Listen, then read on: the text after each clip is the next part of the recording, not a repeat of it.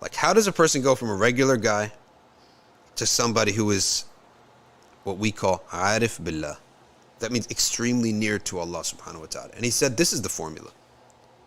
He says that a person finds himself in trouble. And he starts to try to get rid of his trouble, like we would all do, right? I'm in a jam, I'm trying to get out of my jam. He says, but he fails. When he fails, he turns to the other creations. This is the natural status of human beings. Okay, I'm in trouble. I try to fix it. I can't fix it. What do? I start calling my friends. He says he starts to go to his friends.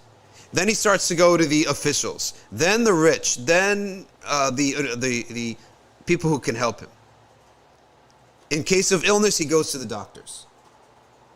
If the doctors fails, he goes to the people with herbs.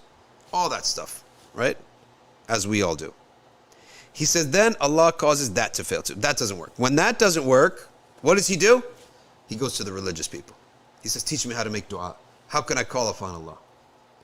And he starts to say the invocations and the praises of Allah, and he starts to praise Allah, hoping that Allah will change the situation. And he gets engrossed in that world. Okay? And the problem doesn't leave, but he gets more and more engrossed in the world of prayer and the world of dua until he finds such an intimacy in that world that leads him to eventually submit his entire affair to Allah. He realizes that the adab when dealing with Allah subhanahu wa ta'ala is submit the affair to him. And he submits himself completely to Allah. Allah will not change you until you submit yourself completely to Allah.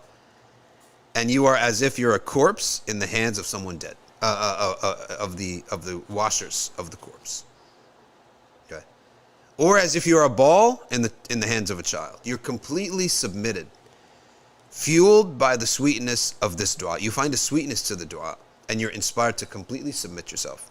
He said, once you submit yourself, now Allah Ta'ala works on you. Okay? He works on you. How do you become a wali? You can't, but you can let Allah make you a wali.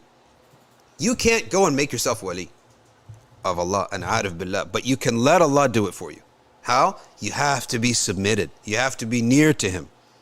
You can't be resisting. And so you're in a state of complete submission, just as he says here, as a corpse in the hands of those who bathe it. And how are you in that state? In your dhikr sessions, in your ibadah sessions. That you are like a corpse in the hand of the one who bathes it and washes the corpse. Okay? He says, in that, he is immersed in the remembrance of Allah. The remembrance of Allah will work on him and change him and transform him. He will come out at the other end of this a completely different person. He said, this is the path by which a regular man becomes arif billah.